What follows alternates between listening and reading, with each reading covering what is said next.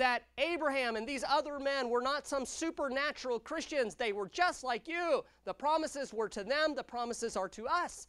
We must act on it, believing that God will reward. Faith believes grace and diligently comes to God by salvation, then continues to serve God, believe God, and obey God, expecting to be rewarded because He said He would reward us. Without faith, it's impossible to please Him. Think of it this way, from verse number 6, things again in review, because this is the sum of faith this morning.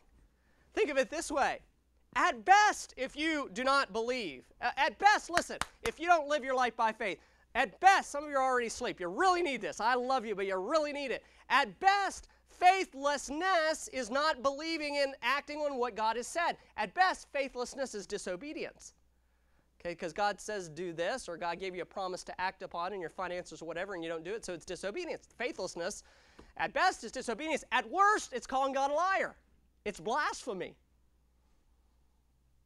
Without faith, it's impossible to please Him. Now let's go to the end of the chapter and see some final things about faith. Hebrews chapter 11 and verse number 32, and I ask you to stand with me and look at this wonderful ending to this thing about faith, this teaching, the doctrines of faith, the examples. It's as if God Almighty takes a deep breath. He pauses. He's just told us scores of examples about those who live faith in different situations. And He says this. He says, and what shall I say more? Or I more say, excuse me. And what shall I more say? For the time would fail me to tell of Gideon and of Barak and of Samson and of Jephthah and David also and Samuel and of the prophets, who through faith subdued kingdoms and wrought righteousness and obtained promises. That word wrought righteousness there, I want to make a note. It means that through their faith, they saw justice that would not have been seen on this earth had not they had faith in God. They obtained promises. They stopped the mouths of lions. They quenched the violence of fire, escaped the edge of the sword. Out of weakness were made strong, waxed valiant in fight, turned the flight of armies of the aliens. Women received their dead, raised back to life again. And others were tortured, not accepting deliverance, that they might obtain a better resurrection. And others had trial of cruel mockings and scourging, yea, moreover of bonds and of imprisonment. They were stoned. They were sawn asunder. Actually, they were sawed in half. Were tempted. Were slain by the sword. They wandered about in sheepskins and goatskins, being destitute, afflicted, tormented, of whom the world was not worthy. They wandered in deserts and in mountains and in dens and caves of the earth, and these all, having obtained a good report through faith, received not the promise, God having provided some better thing for us, that they without us should not be made perfect, or that their whole picture of the promise of Christ was not completed until our time. You may be seated. After all the illustrations of faith, as I told you, it's as if the divine author takes a breath from his list. And he sums up the entire thought of those who he respects for their faith. The whole sum of the matter. Please notice in verse number 32, for the time would fail me to tell of Gideon. And he goes on, and Barak and all these guys. He says, I couldn't write all the people, the believers of the past that have faith. It would take so long. Scores of believers, folks, listen to me. Scores of believers who have lived before you have had faith that was recognized and praised by God, and frankly, you can too. Your faith can be praised by God and respected by God. Imagine that. Put your little name in there. I'll put my little name, Toby. I can have faith as a believer that lives and trusts God on a daily basis and makes my decisions of life based on what He wants and trust Him for the outcome. And God can and will respect and honor it.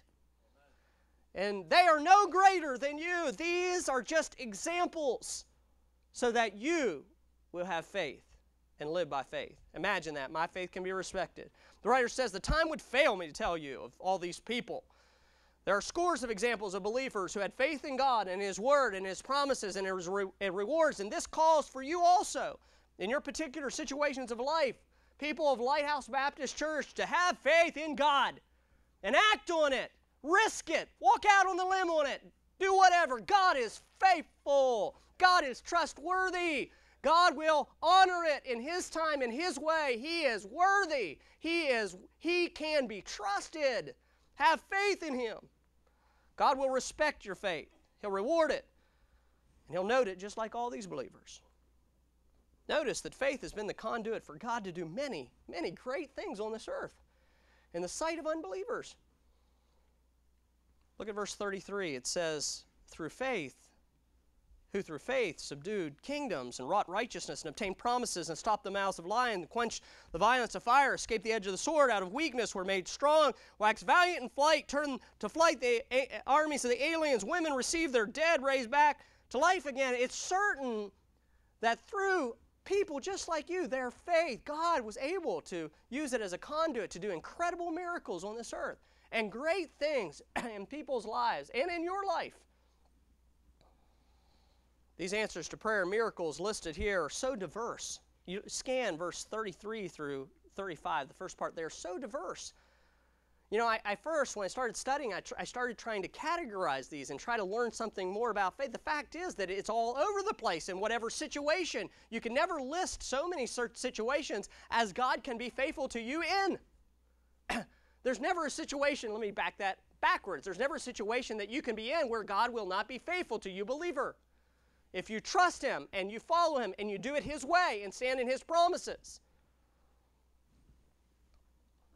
How can we ever try to put in a box all the supernatural things that God will do by our faith?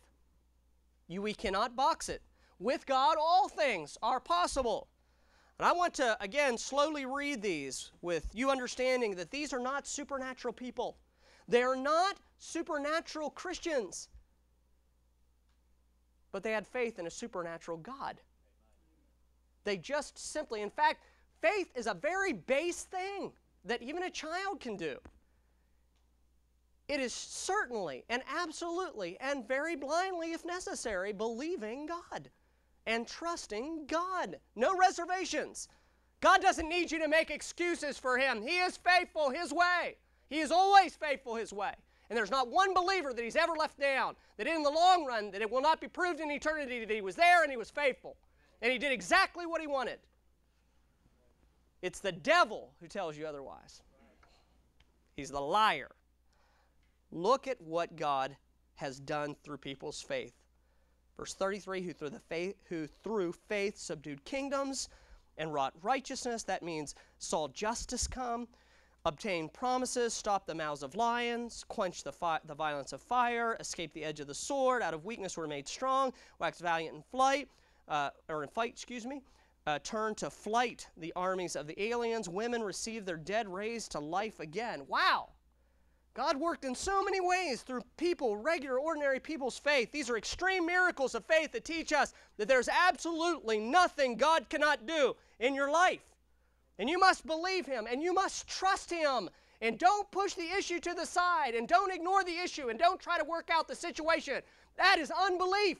Look God squarely in the eyes and say, God Almighty, you're trustworthy. And I will wait on you, and I will accept whatever you're going to give. Do you know the little song? Nothing is impossible. Nothing is impossible when you put your trust in God.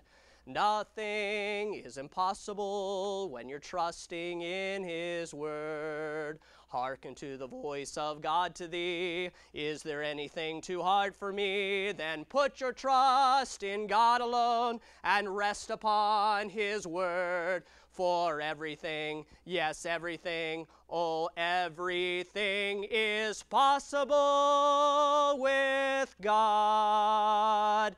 That is faith. That is faith.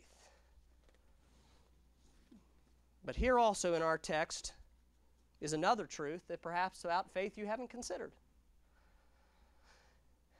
If Daniel, let me ask you, if Daniel would have been thrown in the lion's den and the lions had devoured him, would his faith been any less great? Let that sink in a moment.